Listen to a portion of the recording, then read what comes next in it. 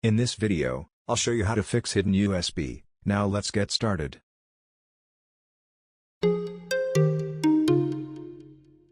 At the prompt, type DISKPART and hit enter. Type list disk. This will list all the hard drives in the system. Type select disk 1 to select USB. Type clean to permanently erase or destroy all data on the selected drive. Type create partition primary to create a partition of the full size of the drive. Type format fs equals FAT32 quick to quickly delete data from a drive and rebuild it to a FAT32.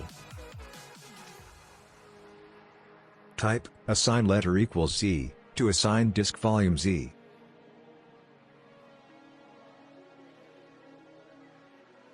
It works. Thank you for watching.